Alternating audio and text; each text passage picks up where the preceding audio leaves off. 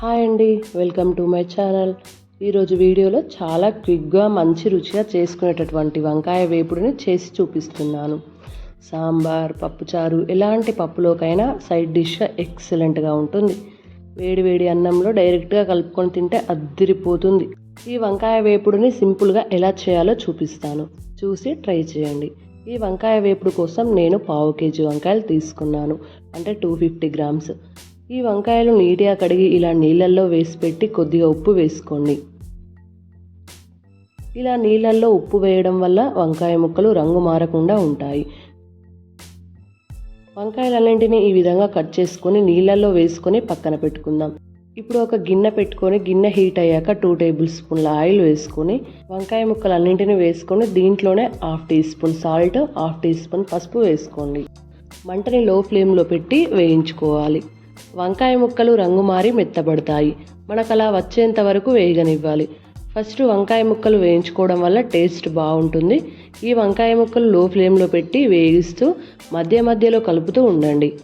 ఈలోపు మనం ఒక మిక్సీ జార్ తీసుకొని దీంట్లోకి 2 tablespoons నువ్వులు, 1.5 tablespoons కారం, 1/2 tablespoon సాల్ట్, 1/2 teaspoon జీలకర్ర, 8-9 వెల్లుల్లి రెమ్మలు వేసుకొని వీటన్నిటిని కలిపి ఈ విధంగా గ్రైండ్ చేసుకుందాం.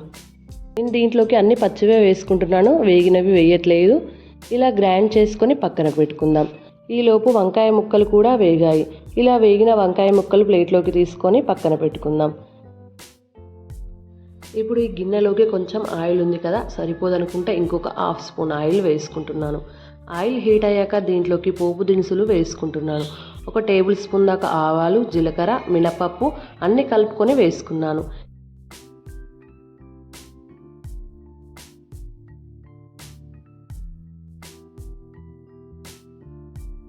శనగపప్పు కూడా వేసుకోవచ్చు. నా దగ్గర అవైలబుల్ లేదు కాబట్టి నేను వేసుకోవట్లేదు, మీ దగ్గర ఉంటే వేసుకోవచ్చు.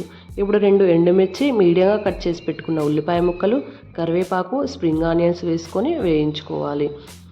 ఉల్లిపాయ ముక్కలు మరీ ఎక్కువగా వేగాల్సిన అవసరం లేదు, జస్ట్ మనకి కొద్దిగా మెత్తగా అయితే సరిపోతుంది.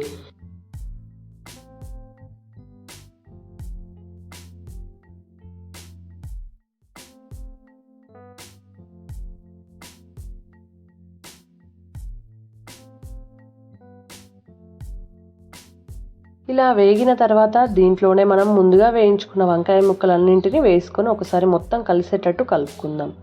మంటని మాత్రం లో ఫ్లేమ్లోనే ఉంచి మిగతా ప్రాసెస్ చేసుకుందాం. ఒకసారి ఇలా మొత్తం కలుపుకున్నాక మనం ముందు గ్రైండ్ చేసి పెట్టుకున్న నువ్వుల కారం పొడి మొత్తం వేసుకొని బాగా కలిసేటట్టు కలపండి.